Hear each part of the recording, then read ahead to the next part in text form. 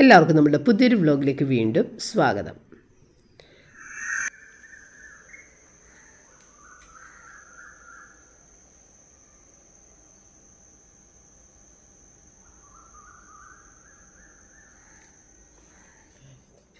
അങ്ങനെ പതിവ് പോലെ നമ്മൾ രാവിലെ എഴുന്നേറ്റ് പുറത്തെ ശബ്ദങ്ങളും എല്ലാം കേട്ട് ആസ്വദിച്ച്, പിന്നെ എനിക്ക് വീഡിയോ വർക്കായിരുന്നുണ്ടായിരുന്നത്. വീഡിയോ വർക്കെല്ലാം ചെയ്ത് കഴിഞ്ഞിട്ടാണ് പെട്ടെന്ന് എന്താ ഉണ്ടാക്കുക എന്നുള്ളത് ഒരു സംശയത്തിന് നിൽക്കണമായിരുന്നു. കാരണം വീഡിയോ വർക്ക് ചെയ്ത് ഒരുപാട് ലേറ്റായി. അപ്പോൾ അങ്ങനെ ലേറ്റാകുന്ന സമയങ്ങളിൽ ഓട്സ് കാച്ചുക അങ്ങനത്തെ കാര്യങ്ങളായിരിക്കും. പക്ഷേ ഓട്സ് ഞാൻ കുതിർത്തിട്ടിട്ടുണ്ടായിരുന്നില്ല. നമ്മൾ റോൾഡ് ഓട്സ് ആയതുകൊണ്ട് തന്നെ കുതിർത്തിടണമല്ല, അത് കുതിർത്ത് ഇടാതിരുന്ന് അതുകൊണ്ട് ഞാൻ കുക്കറിൽ വെച്ചതാണ്. അപ്പോൾ നന്നായിട്ട് വെന്ത് കിട്ടി. കാരണം എനിക്ക് എന്താ ചെയ്യേണ്ടതെന്ന് അറിയില്ലായിരുന്നു. വീഡിയോ ഒരുപാട് നീങ്ങിപ്പോയത് അങ്ങനെ അത്ര സമയം ആകുമെന്ന് ചിന്തിച്ചിട്ടുണ്ടായിരുന്നില്ല. അല്ലെന്നുണ്ടെങ്കിൽ നമ്മൾ മുൻകൂട്ടിയാണെന്നുണ്ടെങ്കിൽ ഓട്സ് കുതിർത്തിടും. അപ്പോൾ അതുകൊണ്ട് കുതിർത്തിട്ടില്ല.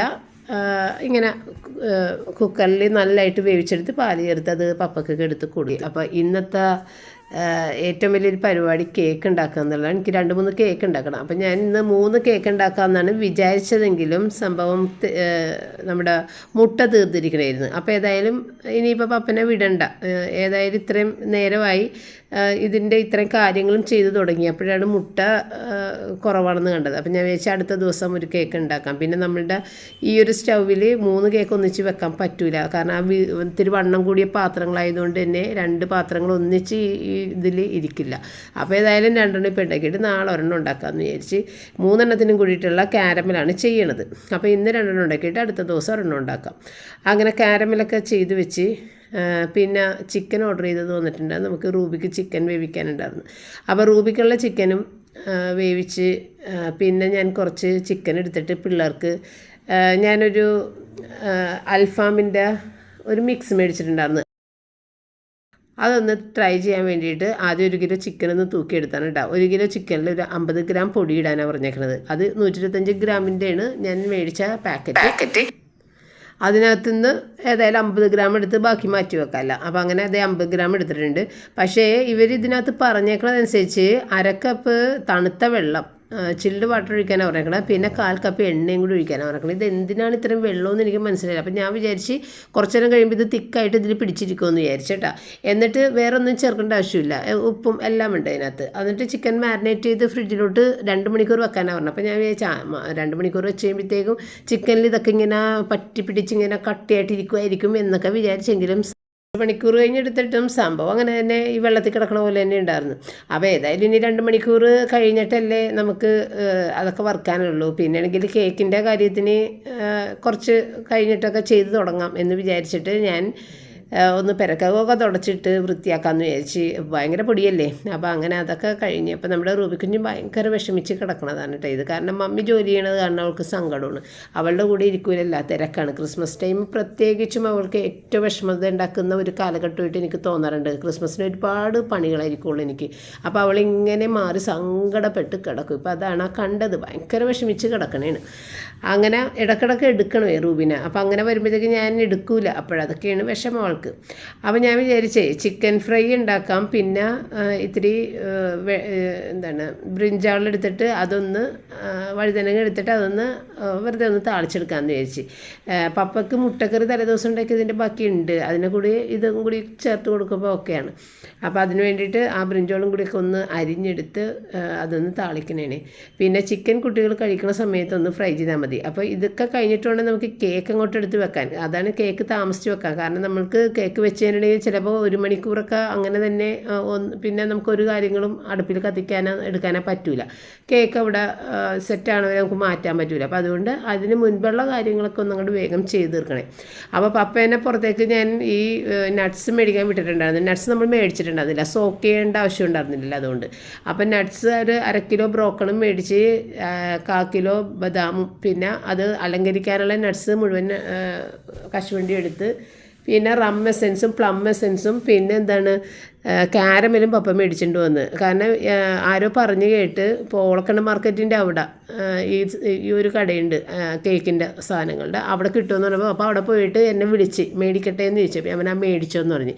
അങ്ങനെ പ്ലം എസെൻസും റം എസെൻസും കാരമലും എല്ലാം പപ്പ മേടിച്ച് കൊണ്ടുവന്നിട്ടാ. അത് ഒരിക്കലും പ്രതീക്ഷിക്കാത്ത ഒരു കാര്യമായിരുന്നു. അതുകൊണ്ടാണ് ഞാൻ കാരമലൊക്കെ ഉണ്ടാക്കി വെച്ചത്. പിന്നെ നമ്മളുണ്ടാക്കുന്ന കാരമൽ ഇടുന്നത് തന്നെയാണ് നല്ല ടേസ്റ്റ് കേട്ടോ. അപ്പോൾ അതെ, ഇനിയിപ്പോൾ കേക്കിൻ്റെ പൊടികളൊന്ന് അരിച്ച് വെക്കണം. അപ്പോൾ 3 കപ്പ് പൊടിക്കാണ് ഞാൻ ചെയ്യണത്, 2 കേക്ക്. അപ്പോൾ ഇത് 1 ടീസ്പൂൺ ഉപ്പും കൂടി ഇട്ട് പിന്നെ 3 ടീസ്പൂൺ ബേക്കിംഗ് പൗഡറാണ് ഇടണത് 3 കപ്പിന്. 1 കപ്പിന് 3 ബേക്കിംഗ്. അപ്പോൾ ഞാൻ ഇത്തവണ നമ്മളുടെ ബേക്കിംഗ് സോഡ ഇടാത്തതാണ് ഉണ്ടാക്കുന്നത്. ഞാനെപ്പോഴും ബേക്കിംഗ് സോഡ മാത്രം ഇട്ടിട്ടാണ് കേക്ക് ഉണ്ടാക്കാറ്. അപ്പോൾ ഇത്തവണ ബേക്കിംഗ് പൗഡർ മാത്രം ഇട്ടിട്ടാണ് കേക്ക് ഉണ്ടാക്കുന്നത്. അപ്പോൾ ഇതെല്ലാം കൂടിയിട്ട് ഒരു 3-4 തവണ അരിച്ചെടുക്കുമ്പോഴാണ് ഇതെല്ലാ സ്ഥലത്തും ആ ബേക്കിംഗ് പൗഡറും ഉപ്പും ഒക്കെ ഇങ്ങനെ എല്ലാ സ്ഥലത്തും മിക്സായി വരണത് കേട്ടോ. അപ്പോൾ പല തവണ ഇത് കൊട്ടിയെടുത്തൊന്ന് അരിച്ച് ഞാൻ വെച്ചിട്ടുണ്ടായിരുന്നു. എന്നിട്ടാണ് പിന്നെ നമ്മൾ ആ പൊടി അങ്ങോട്ട് ഒന്ന് മാറ്റി വെച്ചത് കേട്ടോ. അപ്പോൾ ഓരോ കാര്യങ്ങൾ ഒതുക്കിക്കൊണ്ടിരിക്കണം.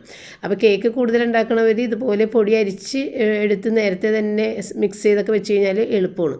അതുപോലെ ഇതിൻ്റെ മസാലപ്പൊടിയും റെഡിയാക്കി വെച്ച് കഴിഞ്ഞാൽ എളുപ്പമാണ്. ഞാനങ്ങനെ റെഡിയാക്കി വെക്കണമെന്ന് ഓർക്കുന്നുണ്ട്. അപ്പോൾ ഏലക്കായ, പട്ട, ഗ്രാമ്പു, ജാതിക്കായുടെ ഒരു കഷ്ണം, അപ്പോൾ അത് ഇട്ട് ആദ്യം ഒന്ന് കറക്കിയിട്ട് അതിനകത്തേക്ക് പിന്നെ ബ്രൗൺ ഷുഗറാണ് ഇട്ട് കൊടുക്കുന്നത് കേട്ടോ.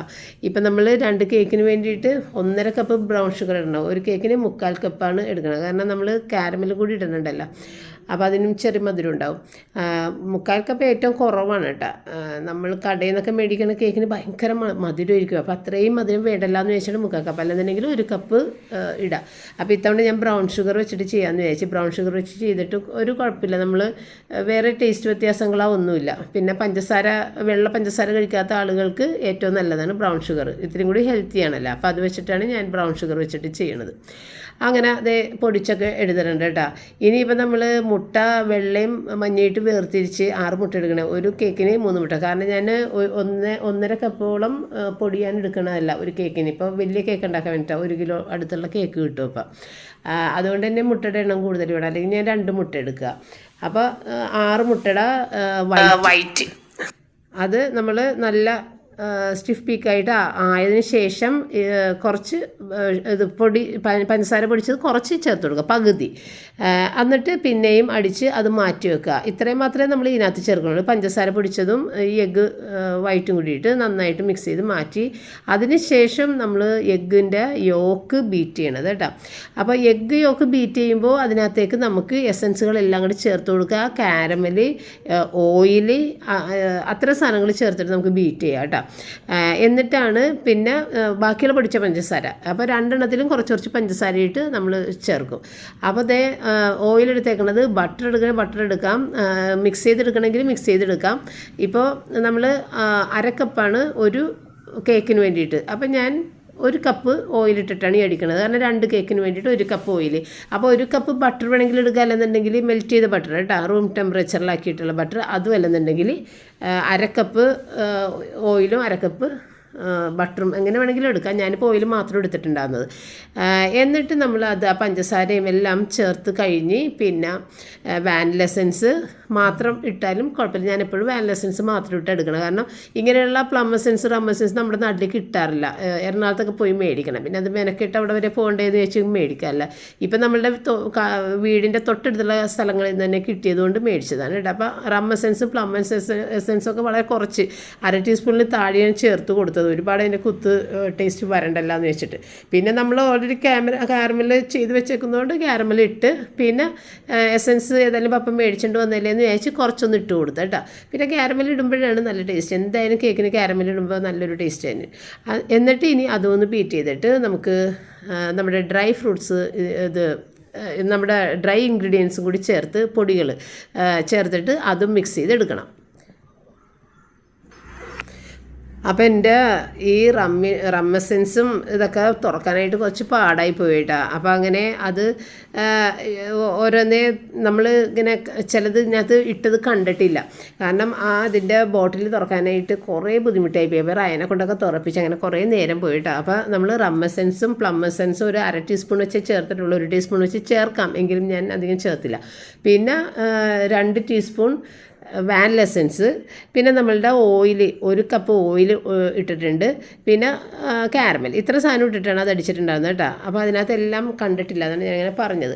പിന്നെ ഡ്രൈ ഫ്രൂട്ട്സ് സോക്ക് ചെയ്ത് വെച്ചത് അതും എടുത്തിട്ട്, പിന്നെ ഇപ്പം നമ്മൾ കാഷ്യൂസും ഇതെല്ലാം കട്ട് ചെയ്തെടുക്കണം കേട്ടോ. അതൊക്കെ ഇരുന്നിട്ട് ഞാൻ കട്ട് ചെയ്തെടുത്ത് ഇതിനു വേണ്ടി ആവശ്യമുള്ളത് മാത്രം. എന്നിട്ട് പിന്നെ ഒന്ന് ഡസ്റ്റ് ചെയ്തെടുത്തില്ലെന്നുണ്ടെങ്കിൽ ഇതെല്ലാം കൂടി താഴെ പോയി നിൽക്കും. അതുകൊണ്ട് ഒന്ന് ഡസ്റ്റ് മൈദ ഇട്ടിട്ട് ഒന്ന് കോട്ട് ചെയ്തെടുത്ത്, എന്നിട്ട് ഇനി നമുക്ക് നമ്മുടെ പാത്രത്തിലൊക്കെ കുറച്ച് ഓയിലൊക്കെ തേച്ച് ചുറ്റുമൊക്കെ പേപ്പറൊക്കെ ഇട്ടൊന്ന് റെഡിയാക്കി എടുക്കണം. എന്നിട്ട് മിക്സ് ചെയ്യാമെന്ന് വിചാരിച്ചിട്ട് എല്ലാം കൂടിയിട്ട്. കാരണം നമ്മൾ ബാറ്റർ മിക്സ് ചെയ്ത് കഴിഞ്ഞാൽ വേഗം തന്നെ ഒഴിച്ചിട്ട് ഇങ്ങനെ നമ്മുടെ അപ്പം പൊങ്ങാൻ വെക്കണ പോലെ ഒരിക്കലും ഇതിനെ കുറേ നേരം വെക്കരുത്, പെട്ടെന്ന് തന്നെ ചെയ്തെടുക്കണം. അപ്പോൾ അതിന് വേണ്ടിയിട്ട് ആദ്യം നമ്മൾ ആ ഒരു ലൈനിങ് ഒക്കെ ഇട്ട് റെഡിയാക്കി വെച്ച് അതിന് ശേഷമാണ് പൊടി ഇട്ടിട്ട് മിക്സ് ചെയ്യണം കേട്ടോ. നമ്മളിതെല്ലാം ആ എഗ് യോക്കിൻ്റെ ആ മിക്സ് ഇല്ലേ അതിൻ്റെ അകത്തേക്കാണ് പൊടി ഇട്ടിട്ട് മിക്സ് ചെയ്യണത്. അത് കഴിഞ്ഞിട്ട് നമ്മളുടെ ഡ്രൈ ഫ്രൂട്ട്സ് കൂടിയിട്ട് ഇട്ട് കൊടുത്ത് നല്ല തിക്കായിട്ടാണ് പിന്നെ ഇരിക്കുന്നത്. പിന്നെ ആണ് ഏറ്റവും അവസാനമാണ് നമ്മൾ നല്ല അടിച്ച് പതപ്പിച്ച് വെച്ചേക്കുന്ന മുട്ട വെള്ളയും പിന്നെ പഞ്ചസാരയും കൂടി ചേർത്ത് ആ ഒരു മിക്സ് ചേർത്തിട്ട് നമ്മളതിനെ ഫോൾഡ് ചെയ്തെടുക്കണം. ഒരിക്കലും ബീറ്റർ വെച്ചിട്ട് മിക്സ് ചെയ്യരുത്.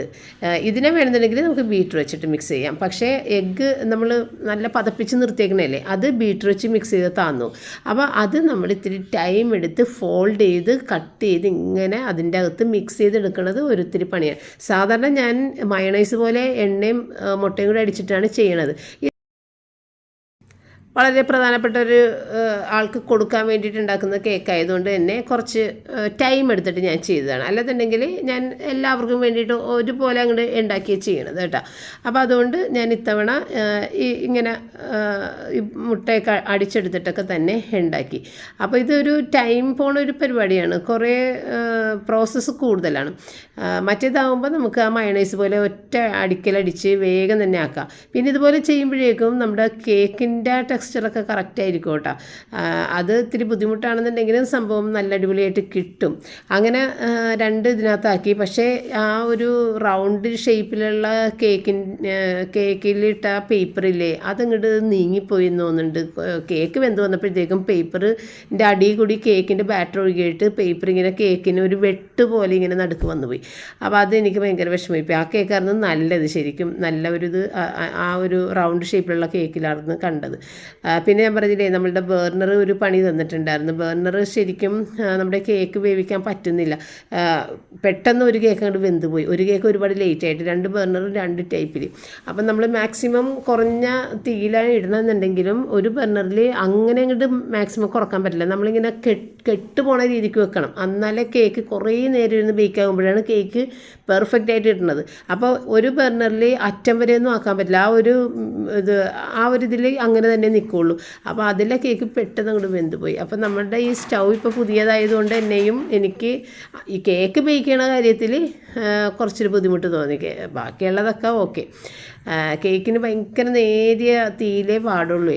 അപ്പോൾ അത് 2 അവിടെ വെച്ച് അത് കഴിഞ്ഞിട്ട് പിന്നെ നമുക്ക് ഉച്ചക്ക് കഴിക്കാനുള്ള ചിക്കനൊന്ന് ഒരിത്തിരി എടുത്തൊന്ന് ഫ്രൈ ചെയ്ത് കുട്ടികൾക്ക് വേഗം കൊണ്ടുപോയി കൊടുത്തട്ടാ. അത്രയും മാത്രം ഫ്രൈ ചെയ്തിട്ട് ഉച്ചക്കുള്ളത് കഴിഞ്ഞ് പിന്നെ വൈകുന്നേരപ്പോഴത്തേക്ക് നമ്മൾ കേക്കെല്ലാം ഡീമോൾഡ് ചെയ്തൊക്കെ എടുത്ത് അപ്പോൾ അതേ കേക്കിൻ്റെ നടുവശത്തൊന്ന് കുഴിഞ്ഞിട്ടുണ്ട് ഹാർട്ട് ഷേപ്പിൻ്റെ. ഇതാണ് പെർഫെക്റ്റ് ആയിട്ട് വന്നേക്കണം. മറ്റേതാണ് വേഗം വെന്തുപോയ കേക്ക്, അതാണ് ആ നടുവശം കുഴിഞ്ഞിരിക്കുന്നത്. അപ്പോൾ ഈ കേക്കാണ് കണ്ട ഒരു വെട്ടുപാട് വന്നേക്കണേണ്ട, അതും അത്ര ക്ലിയർ ആയിട്ട് കിട്ടിയില്ല. എങ്കിലും ഒരു കേക്ക് ഏതായാലും വീട്ടിലെല്ലാവർക്കും കഴിക്കാൻ വേണ്ടിയിട്ട് കട്ട് ചെയ്യണമല്ലോ എന്ന് ചോദിച്ചാൽ ഈ കേക്ക് തന്നെ കട്ട് ചെയ്ത് പിന്നെ നമ്മളുടെ കേക്ക് 2-3 ദിവസമെങ്കിലും കുറഞ്ഞത് വെച്ചിട്ട് വേണം കട്ട് ചെയ്യാൻ വേണ്ടിയിട്ട്, എന്നാലാണ് അതൊരു ടേസ്റ്റ്. അപ്പം ഞാൻ കുറച്ച് റമ്മെല്ലാം നല്ല രീതിയിൽ അതിൽ ഞാൻ ഇട്ട് കൊടുത്തിട്ടുണ്ടായിരുന്നു. അത് ഞാൻ വീഡിയോ എടുത്തിട്ടുണ്ടായിരുന്നില്ല. അപ്പോൾ നിങ്ങളെ കാണിക്കാൻ വേണ്ടി കുറച്ചൊരു റം എടുത്തിട്ട് ഇടണേന് കേട്ടോ. ഇതിന് മുൻപേ തന്നെ നല്ല രീതിയിൽ കോട്ട് ചെയ്തിട്ടുണ്ടായിരുന്നു. പിന്നെ ഞാൻ രാത്രി ആയപ്പോഴത്തേക്കും മറ്റേ ചിക്കനൊക്കെ ഫ്രൈ ചെയ്തെടുത്ത് കുട്ടികൾക്കൊക്കെ ഇത് ഡിന്നറും ഒക്കെ റെഡിയാക്കി പ്രാർത്ഥനയെല്ലാം കഴിഞ്ഞ്. അപ്പോൾ ഇത്രയും ഉണ്ടായിരുന്നുള്ളൂ. ഇന്നത്തെ വീഡിയോ വളരെ ചെറുതാണ്, കാരണം നമ്മൾക്ക് ഇനി അടുത്ത ചിലപ്പം നാളെ ഞാൻ വീഡിയോ ഇടും, പറയാൻ പറ്റില്ല. ക്രിസ്മസിൻ്റെ ഡെക്കറേഷൻ്റെ ദിവസമൊക്കെ ആയിരുന്നു. അപ്പോൾ അങ്ങനെ കുറച്ച് തിരക്കൊക്കെ ആയിരുന്നു. അതുകൊണ്ട് എന്നെയും കൂടുതൽ കാര്യങ്ങളൊന്നും ഈ വീഡിയോയിൽ ഞാൻ കാണിച്ചിട്ടില്ല. അപ്പോൾ ഇത്രയും ഉണ്ടായിരുന്നുള്ളൂ. പിന്നെ ഞാനിതെല്ലാം പേപ്പറിൽ നന്നായിട്ട് തന്നെ നമ്മുടെ ക്ലിങ് റാപ്പ് ചെയ്തിട്ടൊക്കെ മടക്കിയൊക്കെ എടുത്ത് വെച്ച് എന്നിട്ടാണ് രാത്രി കിടന്നത്. ഇനി നമ്മൾക്ക് അടുത്തൊരു വീഡിയോ ആയിട്ട് വീണ്ടും കാണാം. താങ്ക്